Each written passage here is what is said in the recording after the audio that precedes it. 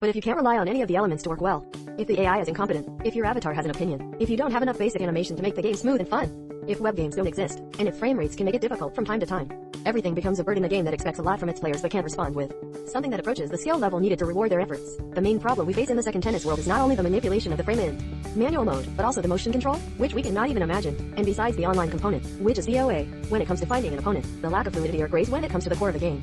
The first entry into the Tennis World Tour franchise, launched in 2018, was a rather unpleasant occasion, which overtook its closest competitor, the Tennis AOA series, and although this improvement, it still suffers from a fierce centralization that takes away the fun and excitement from the games. No matter how much training you are willing to invest in a game, Tennis World Tour 2 is a simulation case that requires a lot from players. But does not happen with a match that matches their efforts. There is a reasonable choice of game modes, and the basic ideas underlying the gameplay could be made for a good time.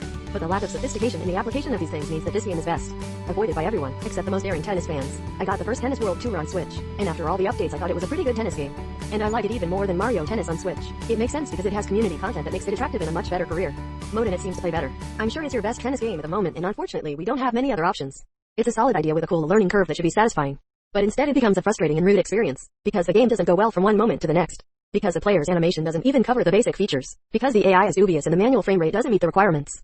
It's an excellent service, nothing that we haven't seen in other sports, but it's enough to keep the tennis players busy, or at least it would be if the game and its performance didn't constantly disappoint the whole company. If you absolutely enjoy the game of tennis in the style of a simulator and have exhausted all other features that the Switch can offer, you can be able to withstand many mistakes made here and offer yourself a small challenger.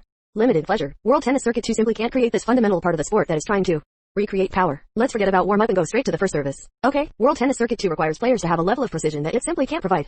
In this game you will learn about the importance of accurate time shots.